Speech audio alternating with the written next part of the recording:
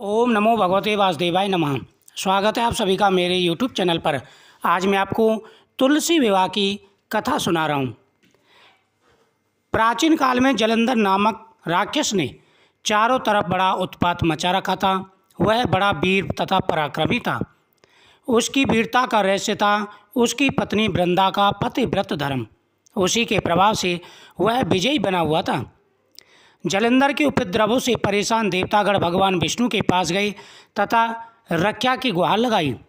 उनकी प्रार्थना सुनकर भगवान विष्णु ने वृंदा का पतिव्रत धर्म भंग करने का निश्चय किया। उन्होंने जलंधर का रूप धरकर छल से वृंदा का स्पर्श किया।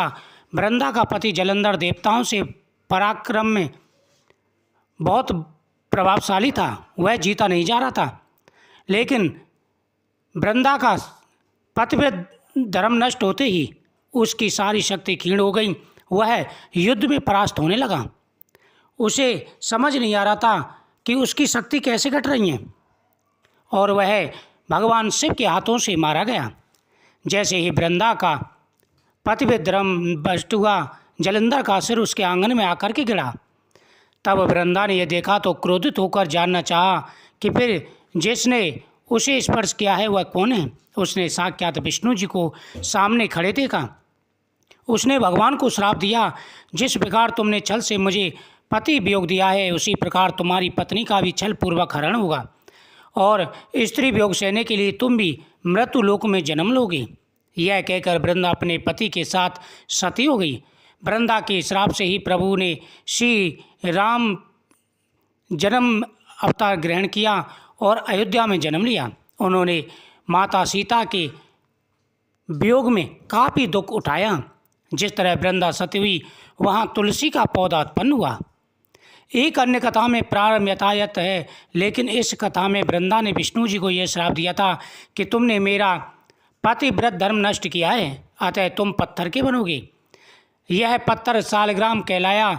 विष्णु जी ने कहा, हे वृंदे, मैं तुम्हारे पतिव्रत धर्म का आदर करता हूँ, लेकिन तुम तुलसी बनकर सदा मेरे साथ रहोगी। जो मनुष्य कार्तिक एकादशी के दिन तुम्हारे साथ मेरा विवाह करेगा, उसकी हर मनोकामना मैं पूरी करूँगा।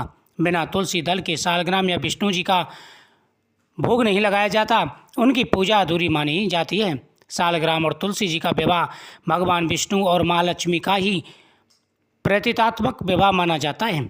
जो व्यक्ति भगवान सालग्राम और तुलसी जी का विवाह करते हैं, उनकी प्रत्येक मनोकामना पूरी हो जाती है। स्वयं माता पार्वती और भगवान शिव का आशीर्वाद प्राप्त होता है।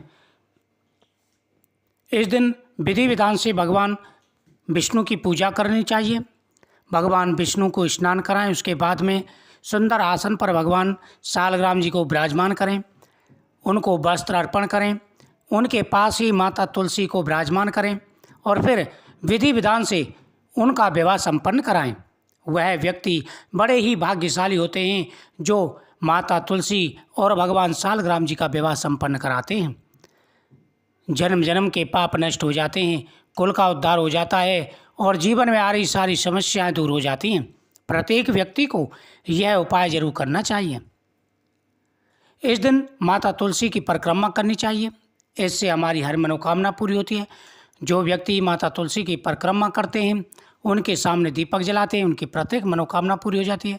जिस लड़की की शादी में अर्चना आ रही हो, उनको तुलसी माता को मेहंदी अर्पण करनी चाहिए, श्रृंगार अर्पण करना चाहिए, चुंदरी अर्पण करनी चाहिए। जो महिला अटल सौभाग्य प्राप्ति का वरदान चाहती हैं, उनको सिंदूर तुलसी माता को अर्पण करना चाहिए।